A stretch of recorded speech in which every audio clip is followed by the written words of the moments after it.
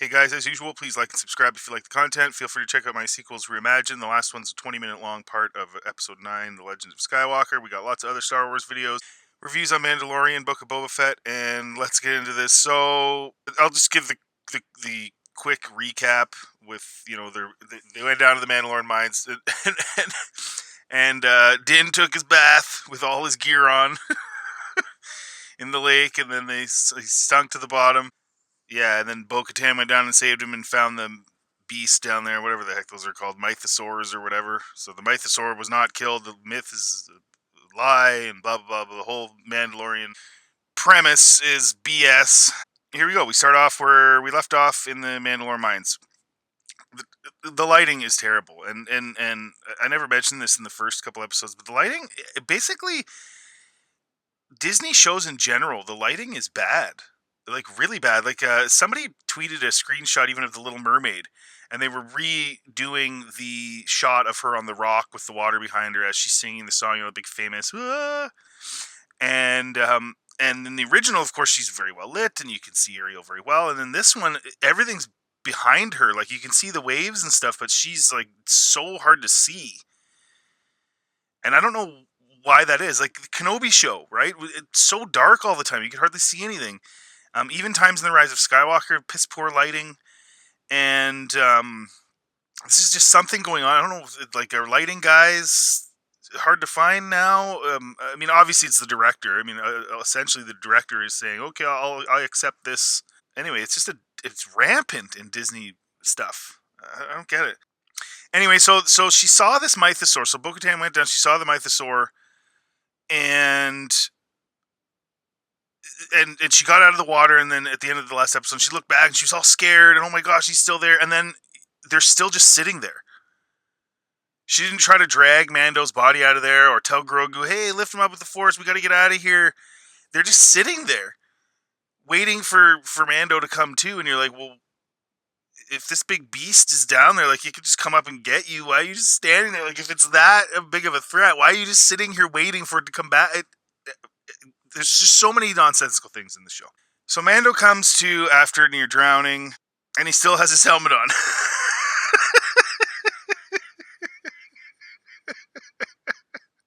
Like, I'm no expert, but leaving his helmet on when he might have water in his lungs or whatever, it's probably not a good idea. You know what I mean? You don't see, oh no, there's a drowning victim. Quick, keep his helmet on. Like it's just so many just silly things here, man. Like this goes on and on. But guys, like I said, episode 1, it's funny, man. If you want to laugh, this is a show for you. Anyway, so and that's the thing. Bo just sits there waiting for him to wake up. Like no one is like tending to him or like trying to make sure he's okay. Like she took him out of the water, threw him down on the side, and then just sits and waits. Like there's no resuscitation thing, nothing. Grogu just sort of sitting there looking at him. It's weird. Like this is your dad, Grogu. Like you have healing, and you don't look super concerned, man. You're just like sitting there waiting for him to come to. It's like, dude, this is like kind of weird. Like they sure didn't make a big deal that he almost died. You know, you'd think they'd be in a rush to revive him, but it's whatever. So then Mando scoops some water from the pool, as I predicted he would do. And this is right. Bo tells him that she is his witness, and she says, "You're a Mandalorian again, because you've done your bath." But then he scoops some water because he's going to bring the water to the armor, and you're like, why do you need that? If Bo-Katan is your witness, why do you need the water? And also, like, how is the armor going to know where the water's from? Is she a water quality expert now too? Like, she just does it all. The leader of this cult, she makes armor and she knows how to test water and can tell where it's from. It's just silly stuff. This whole arc, it's a good thing. Well, I guess they kind of finished it off. They haven't totally yet, but it's a good thing they're going to finish it off sooner than later because it's stupid. And then Bo asks him if he saw anything alive, and he says he didn't. And that also is strange because he's pulled under by the beast. She finds him laying at the bottom of this lake. She asks him, "Did you see anything alive down there?" And he says, "No." Like what? Well, what the heck happened to you then, dude? Like, if you maybe he did just sink really, really fast. It looked like he got pulled under to me. Maybe he just just sunk because he had all his friggin' armor on in a lake. He got all this armor on. You don't wear that. You like like the Knights of the Round Table did not chase enemies into the ocean with all their armor on because you can die. So maybe he did just sink. I thought for sure he got pulled under because he didn't see the beast that pulled him under. Anyway, but if he did sink, he sinks so weird. It's just on and on. It's whatever. And then after he says no, what would I have seen? She decides, she just says, "Oh, nothing, let's leave." And she decides she's not going to divulge the info on the beast that's still in the waters. And so I guess maybe she doesn't want to shatter his psyche, thinking the myth was real. Which is, again, like everyone, Mando acts irrational and childish, and he is treated irrationally and childish. This is a grown ass man. You need to tell him what you saw down there. And the beauty of it is you're there still, so if he doesn't believe you, he can go look for himself and find out that it's all bullcrap, and then he can move on with his life, and then you guys can take your helmets off and make out and have babies because it's clear they're crushing on each other. Just tell the guy. Why wouldn't you tell him? He's a grown man. Again, it's dumb. Like, and I don't know if the people writing this, if that's how they do things in real life, that's how they treat people they know. Like, it's like, who would do that? Who wouldn't tell him? Who would be like, no, I'm gonna leave him in his lies because I care about him. It's just like so stupid. And then this is okay, and it just on and on with the nonsense. So, and then as they leave, some TIEs show up in Mandalore space. So they're flying from the main planet or whatever to back to the moon that Bo-Katan's been living on.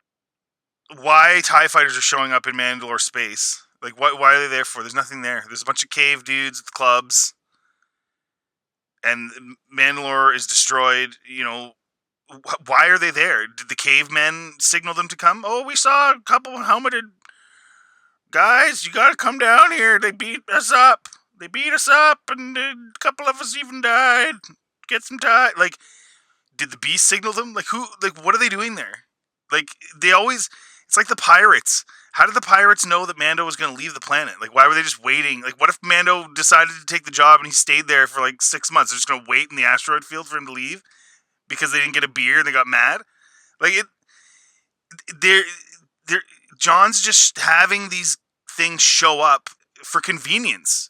You know, we need excitement and show Bo-Katan's cool ship. And then it turns out that Bo-Katan's ship is stolen, but even then, so she stole it and then allowed it to be tracked still. She didn't do any modifications or do anything. It just doesn't seem to make any sense. Like, if you're going to steal a ship, if there is some sort of beacon on it, you should probably disable it so that they don't come find you. But of course, they just happen to come find them right as they're leaving together in their two ships. So we can have a scene with the TIE fighters. Or sorry, leaving in her ship, and then anyway, he gets to his ship, but whatever. We'll get into that, and then Mando is like, Imperials tend to get mad when you jack their ships to Bo, and you know, she's been sitting on that throne for how long?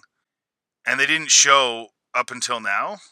Like, that's what I'm trying to say. Like, she's been sitting on this throne for a couple of years, I guess, according to the showmakers. There's 2 years passed in between or whatever. And this is when the TIE fighters decide to show up coming after the ship because it's so important to them after all this time. And so she can't slow down, but they're trying to get back to the castle where Mando's ship is.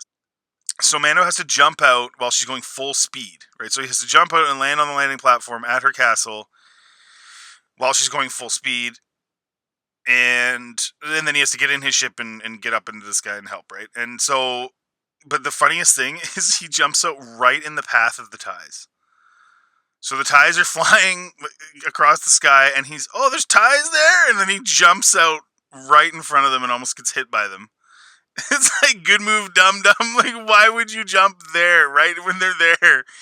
They're pretty fast. You probably wait 1 second. Like, it's just you know, Bo-Katan doesn't even try to get really low to, like, let him drop. Like he drops from like way up in the sky, right in front of the TIE fighters.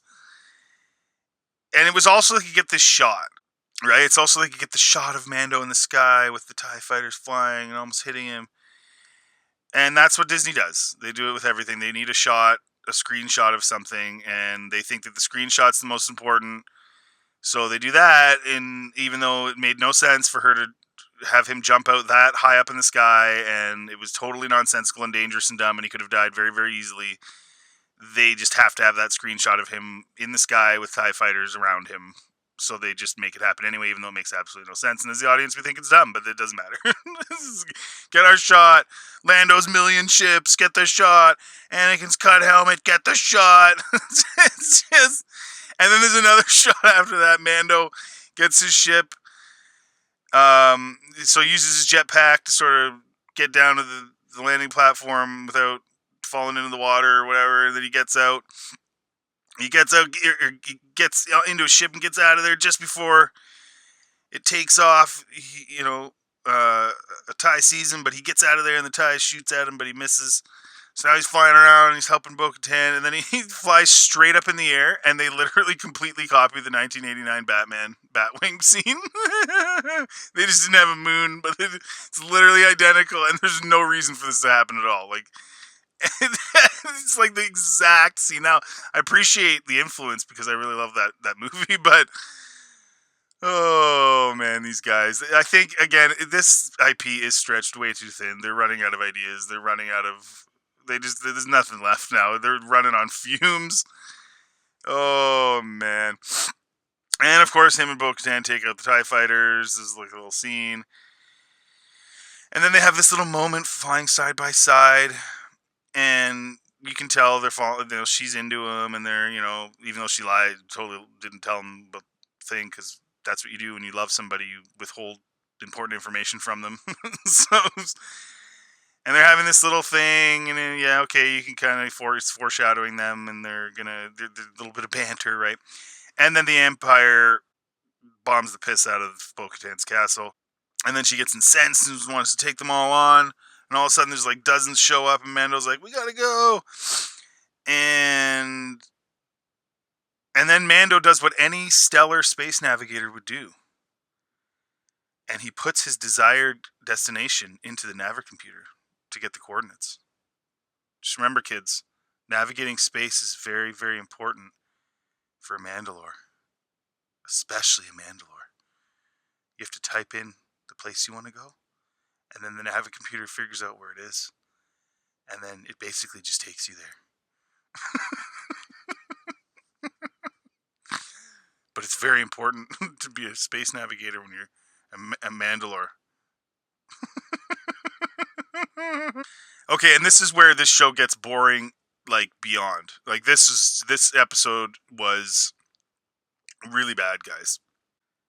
We're getting into Kenobi levels of just dumb and boring. And so we cut to the scientist guy out of nowhere. The guy that was working with Gideon to get Grogu and get his blood and all that stuff.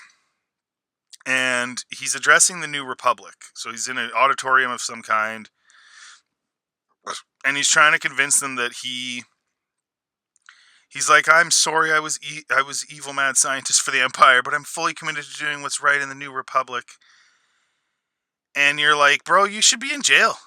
Like, all this is doing is just making the New Republic look like incompetent idiots. Because why would you allow this guy? And and they're allowing it because he's going to help them, get more cloning for organs to help save people. It's like, do they really have a problem with that? Like, this galaxy's pretty massive. Is this the only guy that can do this? And it really, like, and again, it goes back to Disney's galaxy shrinking all the time. This guy is not necessary. They could find somebody else. This is not a storyline, but we got to bring mad scientists back into it because reasons. And then we got to show New Republic stuff, and we're going to use him to introduce the audience to what the New Republic has been doing for however long it existed. It's just disappointing. Like, there could have been something else. Why does it have to be this guy? And why do they need him? There's trillion people. This is a galaxy. It's not a single planet. It's not a single city. Like, they shrink it down. They don't need this guy.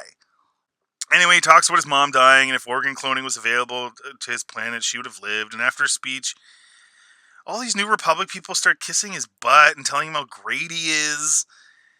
And it's like, he's a criminal who was like he was kidnapping children and doing experiments on them. It's like, yeah, let's blur the lines more. Let's blur the line between Empire and Rebel / New Republic. Let's keep blurring the line. There's crappy people everywhere, right? Luthen's a piece of crap. There's crappy people everywhere. That's not Star Wars. Star Wars is pretty black and white. It's pretty clear. You know, and since Disney's bought it, it's all about blurring the lines. And it's like, no, the New Republic is supposed to be the light. You know, it's not necessarily perfect, but it's supposed to be the light. It's not supposed to just be Empire B. But this is what they're doing, and it sucks. And the New Republic people are telling them, you know, that they're corrupt, and you know, and we have our corruptions too, and we're no different than the Empire. And it's like, oh, awesome. So this whole thing is pointless. Oh, the Force had to, quote, balance by making Rey show up, because balance now with Disney is equal dark and light. So what's the point? If light wins, dark will rise. If dark wins, light will rise. If the Empire loses, crappy New Republic will rise. If the New Republic loses, everything's crappy. Everything sucks. Everything's pointless. It never ends. Even though balance is light dominance. But no, it's everything. They've just ruined everything. There's nothing. All the concepts, the simple concepts that George had that really drove the stories of Star Wars are all just completely watered down and or gone. And these New Republic guys look like complete idiots. And it's just, oh, this is bad. And then Science Guy gets introduced to the residents of the Amnesty housing. So they're putting him in amnesty. They're giving him amnesty and putting him in amnesty housing. And it's just a bunch of former Imperials, basically. And then he sees the chick from Gideon's ship. And I guess he kind of knows her or whatever. And they speak about Gideon and all this stuff sitting there. And then they all start talking about how crappy Gideon was. And then they toast the New Republic as well. You know, it's so wonderful. And then the Doctor is getting all in his feels for the Amnesty folks. And he's like, oh, I could like it here. And then the Doctor gets a suspicious package. And like, oh boy, here we go. He's going bad again. He got some package. It's gonna be something to do something bad. And it's just a bunch of travel biscuits to bring back memories. It's just, why do I need to see him get a package of travel biscuits, man? Like, honestly, why, John? Why do I need to see him get a thing of travel biscuits? This is an hour-long episode. And then he goes through some R&R with glowing popsicles. And you can tell right away at the beginning of the scene the actors think this is kind of dumb. Like, their faces. It just looks so cheesy. And anyway, and then they talk about how they were oblivious to the crap the Empire was doing and how evil they are. And it's like, bro, Nazis knew what they were doing. Like, they're presenting it like the people that got involved. Like, the Empire is the allegory of the Nazis, right? And they're acting like the people involved didn't know what they were doing. Like, we didn't know we were on the bad side. See what I mean? They're blurring the lines. Yeah, you did. Yeah, you did. Like, the people that were going after people that were hiding Jews and going after Jews, they knew exactly what they were doing. But most of them, I would argue most of the citizenry that allowed it to happen and didn't stand up against it, they didn't out of fear, because they didn't want to lose what they had. Because if you're a teacher or something and you speak out against Hitler, well, you're no longer a teacher. You're now in a prison camp. So you can see why the good people stood down. But like this idea that the officers and the people doing the bad things didn't know what they were doing. We didn't know. We were just nice people. What? Lame. So now he's not a bad guy. These are not bad guys. We're supposed to sympathize with them now. Like, that's what you guys want us to do. Start sympathizing with Empire people that kidnap babies and run experiments on them? Like, that's literally what you expect me to do? It's not believable. It's stupid. And then the episode got really boring with the New Republic is struggling and things are meh. And you're like, where's the real issues and conflict? Like, Buddy tries to touch the only land left on the planet and drops his popsicle. So there's this little chunk of mountains coming up through this floor, this high up building, and this is the only land left that you can see on this giant city planet. And he tries to touch it and drops his glowy popsicle. Like, it's just, why do we need any of this? And then we get some insecurity from the New Republic as they interview people like the doctor about their feelings, right? They have these protocol droids. So how did you feel about this? And it's like, this is cringe. And at this point, I'm checked out. And then we find out the New Republic is disorganized and dumb.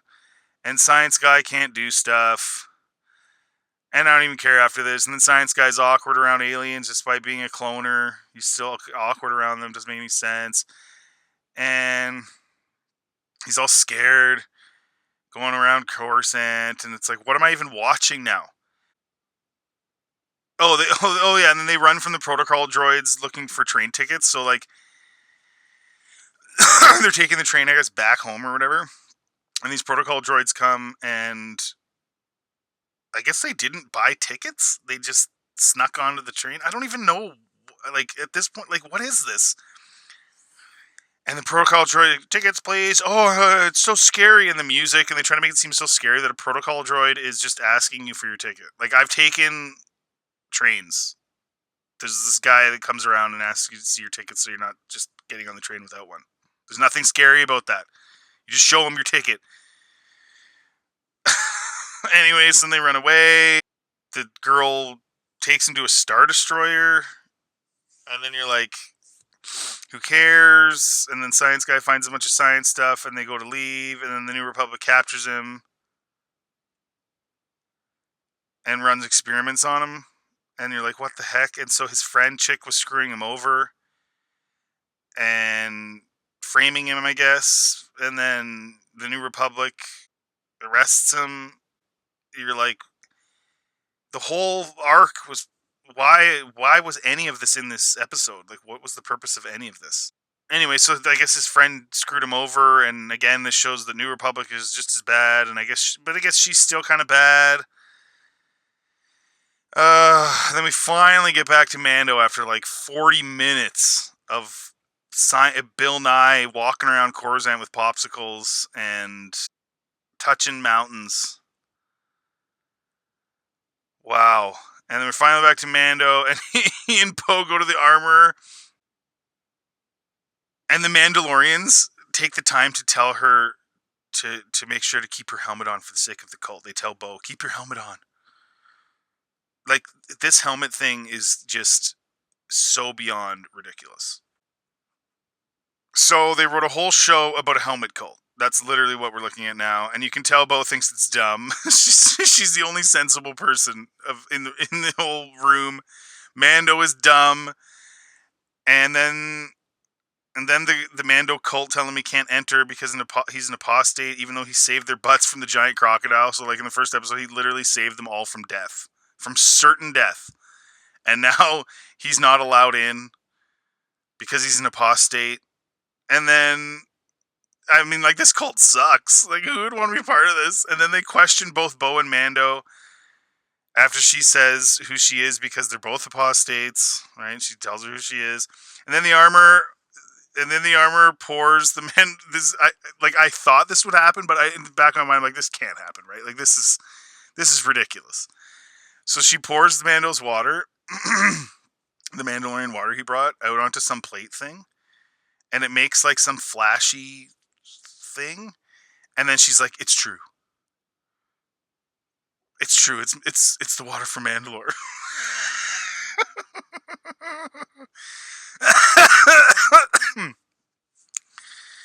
Very Star Wars of them. So he's redeemed, and so is Bo because some lady in a helmet says so. And then because I guess she went in the water too, right? And then the armor is like, Bo, you can be one of us because you've kept your helmet on since you bathed.